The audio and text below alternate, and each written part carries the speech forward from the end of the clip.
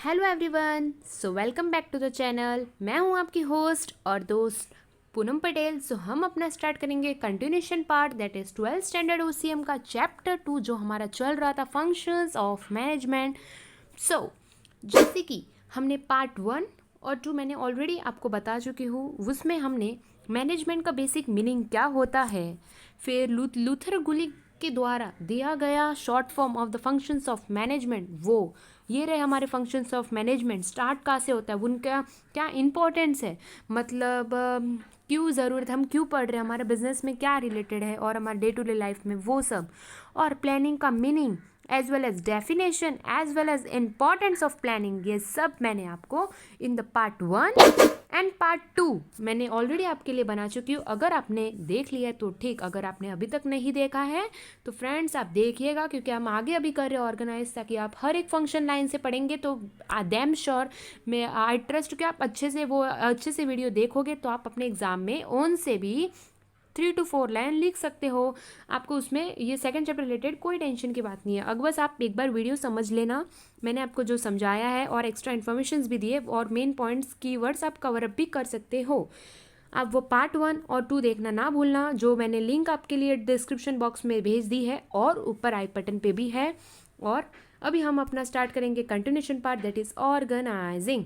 Yes, now we are starting organizing का basic meaning, that is what is the meaning of organizing. First of all मैंने आपको कहा था, अगर हम कुछ कर रहे हैं तो उसका अगर हमने कुछ प्लान, अगर हमें कुछ गोल सक्सेस करना, अगर हमने कुछ प्लान ही नहीं किया फ्रेंड्स, तो क्या वो मतलब हमारा गोल अचीव करने में हमें मदद करेगा? नहीं ना, हमारा गोल भी अचीव नहीं हो पाएगा। अगर हमने कुछ प्लान ही नहीं किया है तो हम करेंगे क्या? इसलिए planning is most important first and the basic functions of the management. Second है, अगर जो हमने सोचा है, जो हमने प्लान किया है, उसको ऑर्गेनाइज करना, जो प्लान सोचा है उसको इम्प्लीमेंट करना। तो ऑर्गेनाइजिंग क्या होता है? ये एक प्रोसेस है जिसको हम ध्यान से समझते हैं, आइडेंटिफाई करते हैं कि हमारे पास कितना रिसोर्सेस है, जितना भी रिसोर्सेस है उसको सब साथ में लाते हैं। क्या रिसोर्सेस? लाइक मैन, यानी ये कैसे रिसोर्सेस है, यानी ये इंसान को मुझे कौन से काम पे डालना है, ये मनी मेरे को कहाँ इन्वेस्ट करना है, कौन सा मटेरियल मशीन मेरे को लाना है, ये सब रिसोर्सेज जितने भी है उसको मेरे को सही तरीके से यूज़ करना, समझना और अरेंज करना properly to achieving the common goal. ये इसका बेसिक मीनिंग है।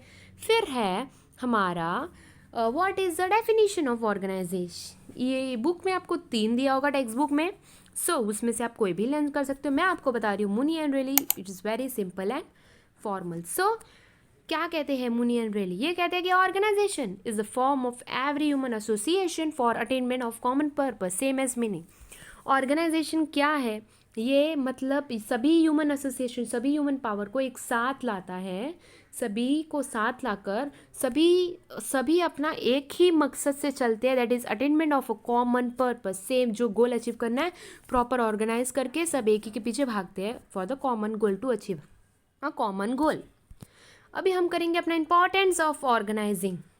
Okay, let us start begin with the facilitates administration as well as operations. Yes, facilitates यानी ये हमें हेल्प करता है in the administration as well as operation.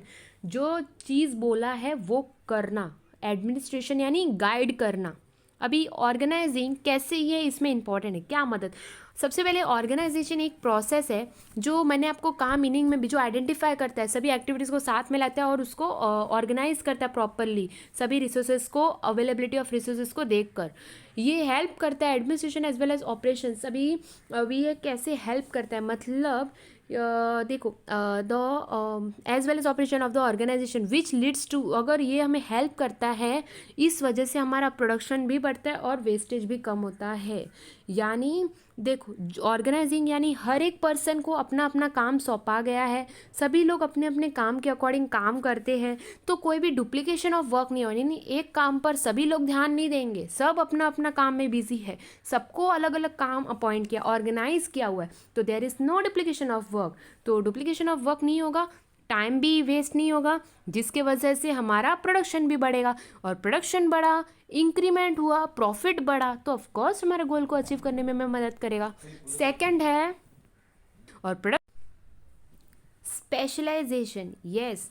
सो क्या है सेकंड, ब्रिंग स्पेशलाइजेशन, यानी स्पेशलाइजेशन लाता है। स्पेशलाइजेशन मतलब एकदम इम्प्रूवमेंट लाता है इन एवरी ऑर्गेनाइजेशन।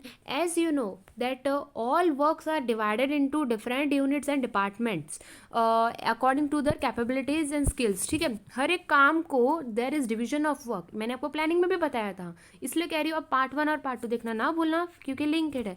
तो प्रॉपर काम को बांटा जाता है।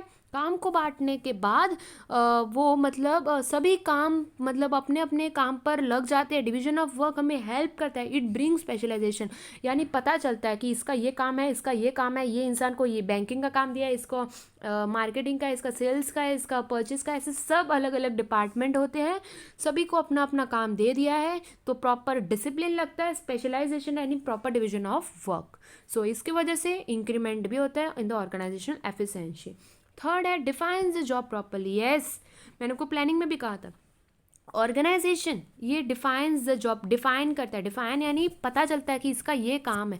ऑर्गेनाइजेशनल स्ट्रक्चर ये हमें हेल्प करता है in putting the right man on the right job which can be done by selecting people so for the various department according to the skill, according to the qualification के हिसाब से सबको proper इंसान को like ये expert है in the marketing तो मैं इसको मार्केटिंग फील्ड में डालूंगी, तो प्रॉपरली वो इंसान वो बंदे को पता है कि मेरा ये काम है, तो वो सेटिस्फाई फील करता है कि उसका ये काम है। वो जॉब मतलब डिफाइन करता है कि ये इंसान का ये काम है, इसलिए ठीक है ये ऑर्गेनाइज ये हेल्प इंपॉर्टेंस है इसमें।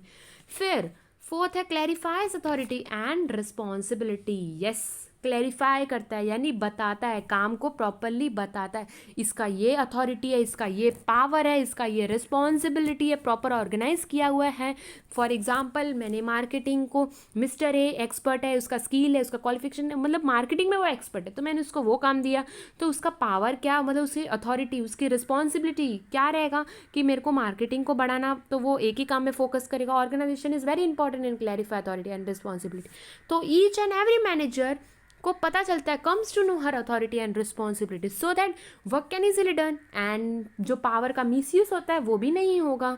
फिर नेक्स्ट है एस्टेब्लिश कोऑर्डिनेशन, फिफ्थ है एस्टेब्लिश कोऑर्डिनेशन, यस, कोऑर्डिनेशन भी लाते हैं। For example organisational helps in establish coordination among different department, ये मतलब हर एक इंसान को अपना अपना काम सौंपा गया है, जैसे कि तो सब अपने अपने काम में व्यस्त है, तो it creates a clear cut relation बताते हैं अमॉन्ग द पोजीशन, इसका बैंकिंग का पोजीशन है, इसका मार्केटिंग का पोजीशन है, सब अपने अपने काम में लगे हैं, सब कोऑर्डिनेट करके, कोऑर्डिनेशन हर डिपार्टमेंट एक दूसरे से कोऑर्डिनेट कर रहा है। Different level of management like sale वाला परचेज पर निर्भर है, मतलब उसका तो हर एक डिपार्टमेंट एक दूसरे से कोऑर्डिनेट करके, different level of managers coordinate करके, इससे वजह से हमारे जो फंक्शंस होते हैं वो भी स्मूथली चलते हैं, कैरिड आउट होते हैं।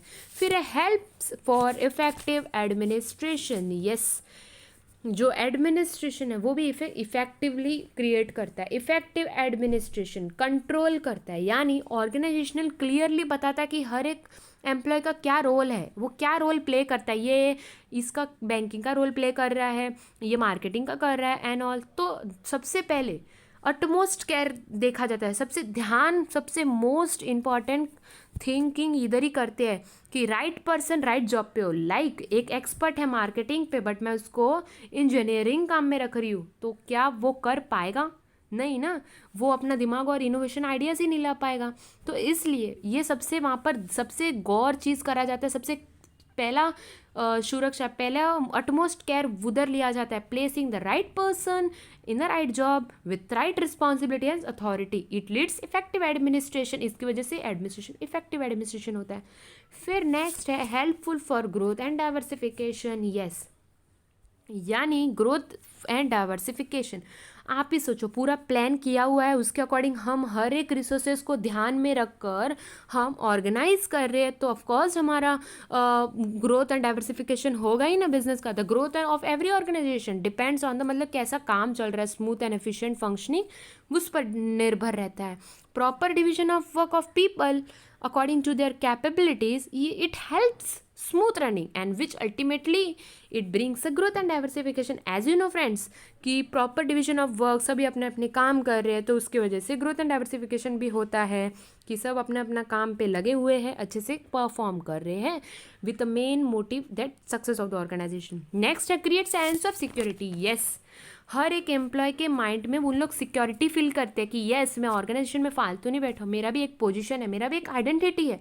वो सिक्योरिटी फील करता है। ऑर्गेनाइजेशन यानी प्रॉपर ऑर्गेनाइज किया हुआ है कि ये काम, ये बंदा ये काम करेगा, तो वो बंदा, वो एम्प्लॉय सुरक्षित फील कर रहा है कि हाँ मेरा बैंकिंग का काम है।